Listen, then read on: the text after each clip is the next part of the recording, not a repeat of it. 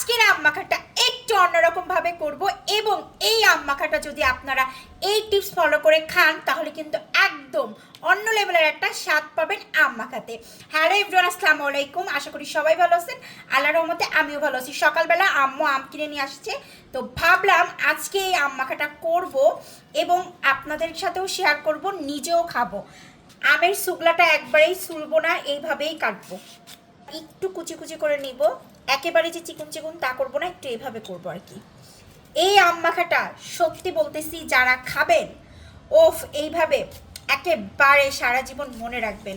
আমার আমগুলো কুচানো খুব ভালো করে কমপ্লিট হয়ে গেছে। এখন আমি সব উপকরণ একটা একটা করে মিক্সড করব। সর্বপ্রথম দেব তেঁতুল গুলানোটা। তেঁতুল আমি বেশ কিছুক্ষণ ভিজায় রাখছিলাম, এই জন্য এরকম হয়েছে, একদম বিচি সারা।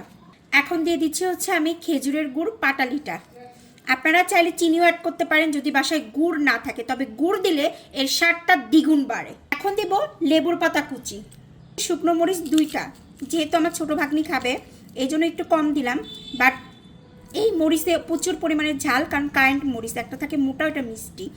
আর এই যে লেবুর পাতাটা কুচি দিলাম, এটা অপশনাল, চাইলে দিবেন না চাইলে নাই, বাট আমি ফ্লেভারের জন্য দিছি। এখন দেব বিট লবণ, তারপরে দিব সাদা লবণটা 1 চামচ। এখন কাসুন্দি অ্যাড করব, তারপরে এটাকে খুব ভালো করে এইভাবে চটকায় চটকায় মাখায় নেব।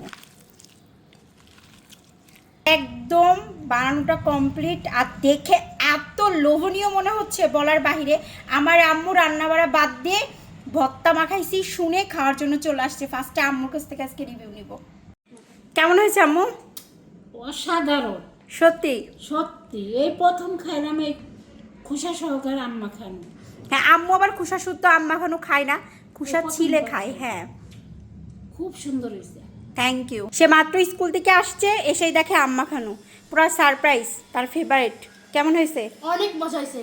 গরমের সময় আম মাখা ও কেমন হয়েছে বলো? হ্যাঁ, পারফেক্ট হয়েছে। টক ঝাল মিষ্টি মিলিয়ে এত সুন্দর হয়েছে যে খুব সুন্দর মজা লাগতেছে খাইতে।